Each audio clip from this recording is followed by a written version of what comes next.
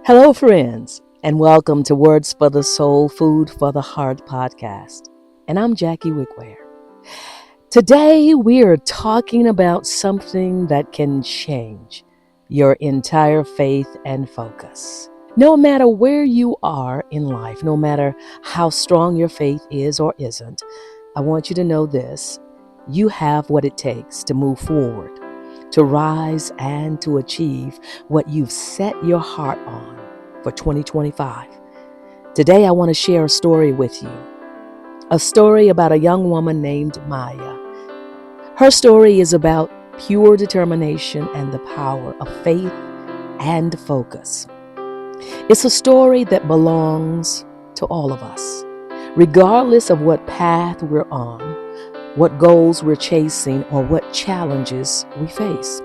So sit back, open your heart, and let's dive in together. Let me introduce you to Maya. She's a young woman, full of dreams and hopes, ready to take on the world. From the time she was just a little girl, Maya had one goal: to become a doctor. She wanted to heal, to help, to be a light in the darkness. But more than that, Maya believed in the God of dreams. She trusted that God had placed this vision in her heart, and she had unwavering faith that with God's guidance, her dreams would one day come to life. But life didn't make it easy for her.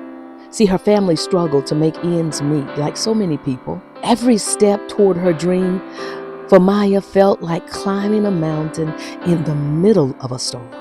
She worked 3 jobs to make her dream a reality, pouring every ounce of strength she had into it. And then just when she thought she was making progress, life's circumstances threw her a crushing blow. Maya fell seriously ill. Every dollar she had saved went to medical bills. She had to drop out of medical school. And there she was, sitting in her tiny apartment, staring at her medical textbooks, feeling powerless, crushed, and broken. She thought, maybe this isn't for me. Maybe I'm not cut out for this. But in that dark moment, something stirred deep inside of her. It wasn't loud at first, just a whisper, but it grew into a roar. That something said, get up. You were made for this. You have a fire inside you that cannot be put out. Let me pause right there and ask you, what was happening in that moment? Who do you think it was whispering that message to Maya? Was it her own inner strength finally breaking through the noise of self-doubt? Was it the voice of her faith, the quiet but unshakable assurance that God wasn't done with her yet? It was the Spirit of life. It was the Spirit that had given Maya life in the first place. To be sure, whenever any of us get in those dark places or places of deciding to quit on life and quit on ourselves, the life-giving Spirit implores us to live in and live through our struggle, not as though we're weak, but as those who have been empowered to live with strength, even in struggling places. In 2 Corinthians chapter 12, the Apostle Paul himself was wrestling with a burden that had deeply affected him. He describes asking God 3 times to remove this struggle from his life. And in verse 9, God responds to him with these powerful words, saying, my grace is sufficient for you, for my power is made perfect in weakness. This is a profound reminder that part of a focused faith comes from recognizing that we are not in this thing alone. And see, that's what we're talking about today. Having a focused faith on moving towards, moving into, and accomplishing those things that our hearts are set on. The second part of a focused faith is knowing that not only are we not alone, but there is a power. There is a power source with us, ready to power us up when we are down. It's there ready to coach us and coax us along the way. And this source of power, God's power, is more than sufficient to help us, to lead us, and to breathe life back into us when circumstances have drained it from us. See, we don't always have to have the answers to how to combat every struggle we face. Sometimes we just think that we do.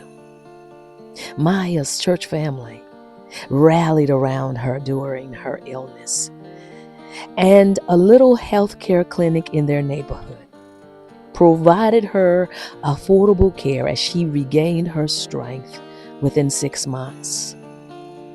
And she was able to break through her financial struggles by combining the resources of her faith and support from her community.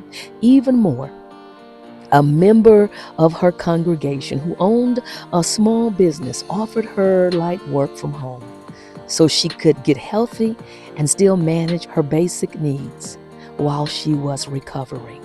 And lastly, because of Maya's exceptional grades, the school's scholarship committee awarded her a scholarship that covered her tuition. Maya not only returned to school, but excelled, completing her degree with honors and paving the way to becoming the doctor she had always dreamed of becoming as a little girl. That's Maya's story, but it's also our story. So let me ask you, what things are you focusing on or plan on getting accomplished this year? And seemingly right out the gate, you already might be struggling with it. I'm talking real talk here. See, focus isn't just about willpower. It's a tool. It's the compass that helps you navigate the struggles and the storms and keeps you aligned with your purpose. So let's look at it. And I need you to work along with me today because you know your situation and I don't.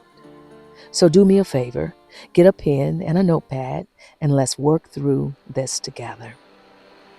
What are you intending to do this year? What are your plans? What are your goals? What are your intentions? Because you have to clarify your vision and your goals. Focus starts with knowing what you want. So what do you want? Here are 3 questions that I want to ask, and I need you to write them down because this is what is going to guide you to settling in and zeroing in on what your vision and your purpose is. And you probably already know. But here's the question. Number 1, what do I truly want to accomplish? Number 2, why is this important to me? And question number 3, ask yourself, what will success look like when I achieve it? You can't focus on what you can't define. So take time now to pray, and later, and throughout the course of what you're trying to accomplish, pray first to get the vision and the direction to clearly help you identify your goals. They are seed ideas. And those seed ideas are already implanted within you by God. So pray to God, the seed giver, to help show you what and why, so you can answer these questions. And when you get those answers, here's the next thing I need you to do. Now write everything down. See, a focused mind needs a clear target, and this will be your blueprint or some semblance of it. And whether it's finishing your degree or building a business or improving your health or working out and getting into shape, your vision is the destination that your focus will guide you toward. And let me say it again. Your vision is the destination that your focus will guide you toward. And listen, once you have declared and defined your goals and your intentions, then take concrete action. What do I mean? Write down one goal concerning your plan today. Then break it down into smaller, actionable steps. For example, if your goal is to save $5,000 for the year, then you would start with a plan to save $100 a week. Why $100? Because there's 52 weeks in a year. Times $100 is actually $5,044. So it gets you beyond your goal. See how I did that? Whatever the goal is, you got to have focus. And clarity gives focus a direction to follow. Clarity gives focus a direction to follow. Then, like Maya, you got to learn to block out the noise and protect your mental space, because there's always something that's trying to come crashing in and break you and your plans down. Life's circumstances can and often will throw distractions your way. It'll bring doubts. They will come. Critics will show up. Unexpected challenges, yes, will appear. And even your own fear will start to try to keep you right where you are. Because right where you are makes you feel like you're in the safest place to be. But the truth is, God has given you a new vision and a new focus. And focus requires you to silence the noise and prioritize what truly matters. And those times when you feel overwhelmed, pause and pray. And ask God, does this thing that has cropped up move me closer to my goal?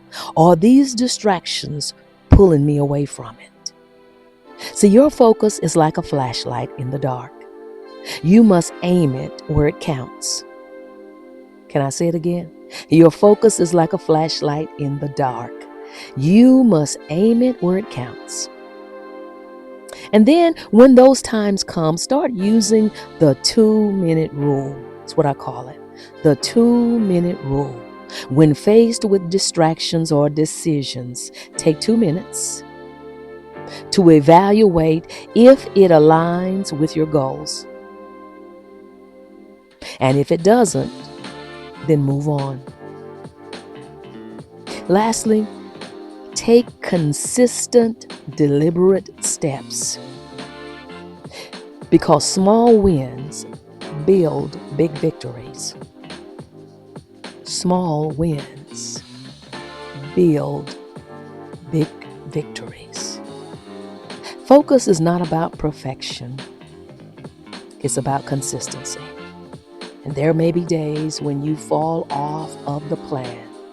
But the best thing to do is get right back in place and position and keep following the plan. Each step matters, because each step is success leading you towards the greater success. Progress happens when you take deliberate steps daily, even when motivation runs low or the road feels hard. Remember, Maya didn't achieve her dream overnight. She fought one day, one chapter, and one shift at a time. Each night, I need you to plan 3 specific tasks that will bring you closer to your goal and your intentions. For example, if you're starting a new business, then your specific task may be researching funding options. How am I going to pay for this business? Or it might be researching your competition, or reaching out to find a mentor, or maybe even setting up a website if you're at that stage. Whatever it is, as you go, celebrate each small win. They'll add up over time. And so as you move through this new year, let faith be your foundation and focus be your guide. Trust in the process and believe in your vision. and keep moving forward no matter how steep the climb. I want to pause here for a moment and just simply say, I want to thank you for doing the deep work today and for tuning into Words for the Soul, Food for the Heart. Remember, you are stronger than you know, and your best days are still ahead of you. And if this podcast is helping you, do me a favor. Be courageous. Share it with someone you know who needs it. Until next time, stay inspired, stay focused, and keep the faith. And remember, keep your head to the sky. I'm Jackie Wickware, and I have been your host, and I look forward to seeing you next time. Bye-bye.